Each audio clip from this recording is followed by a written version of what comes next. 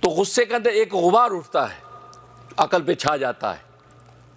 اب ایک چھوٹی سی مثال ہے، کمرہ ہے، اس کمرے میں آپ کی آنکھیں بھی کھلی سلامت ہیں اور یہ لائٹیں بھی جل رہی ہیں، اس میں دھواں بھر جائے تو بتاؤ آپ کو کچھ نظر آئے گا؟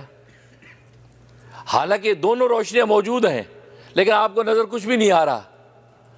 معلوم ہے کہ یہ دھواں ایسا چھا گیا کہ یہ ان دونوں روشنیوں کا کوئی فائدہ نہیں۔ فرمایا بالکل اسی طریقے سے جب انسان پر غصہ آتا ہے اور شہوت انسان کے اوپر غالب آتی ہے تو عقل کی روشنی اور وحی کی روشنی جس پیغام کی اس کو خبر بھی ہے، اس دھواں اس کو ایسا لپیٹ لیتا ہے کہ اس کو پھر کچھ نظر نہیں آتا اور جہالت میں کسی گڈھے میں گرتا ہے۔ کتنے ایسے احکام ہمیں پتہ ہے کہ یہ ناجائز حرام ہے، ہم پھر بھی کر ڈالتے ہیں۔ ہمیں پتہ یہ صحیح نہیں ہے پھر بھی کر لیتے ہیں۔ کیوں؟ اس لیے عقل کے اوپر جو دھواں چھا گیا ایسا شہوت و غضب کا کہ باوجود عقل اور جو وحی الہی کے پیغام کے ہم اس اصل تک پہنچ نہیں سکے، بلکہ حقائق ہم سے اوجھل ہو گئے اور جہالت میں گر گئے۔ تو غضب اور شہوت یہ دو مرض ہیں کہ جو انسان کی عقل کو نکما اور بیکار کرتے ہیں۔ اب ظاہر اس مرض کے علاج کے لیے مربی کی ضرورت ہے، کوئی تربیت کرنے والا ہونا چاہیے۔ جیسے دنیا کے امراض ہوتے تو ڈاکٹر کے پاس چلے جاتے ہیں کہ ڈاکٹر صاحب آپ یہ ہمارا علاج کریں۔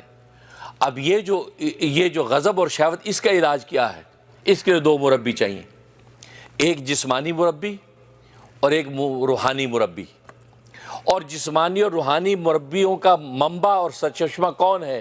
اللہ تبارک و تعالیٰ کی ذات عالی ہے، کیونکہ وہ سب سے بڑا مربی اعظم ہے۔ لہٰذا قرآن کریم کی پہلی آیت میں کہہ دیا الحمدللہ رب العالمین، کہ تمام تعریفیں اس اللہ کے لیے ہیں جو سارے جہانوں کا مربی ہے، ساری جہانوں کو پالنے والا، تربیت کرنے والا ہے۔ اب اللہ تبارک و تعالیٰ کی ذات تو مربی اعظم ہے، اب دنیا کے اندر انسانوں کا مربی کون ہوگا؟ اللہ تبارک و تعالیٰ نے دنیا میں جسمانی اور روحانی مربیوں کے دو مظہر دنیا میں پیدا کر دیے۔ اپنے جسمانی مربی ہونے کا مظہر والدین کو بنایا، اپنے روحانی مربی ہونے کا مظہر انبیاء کرام کو بنایا۔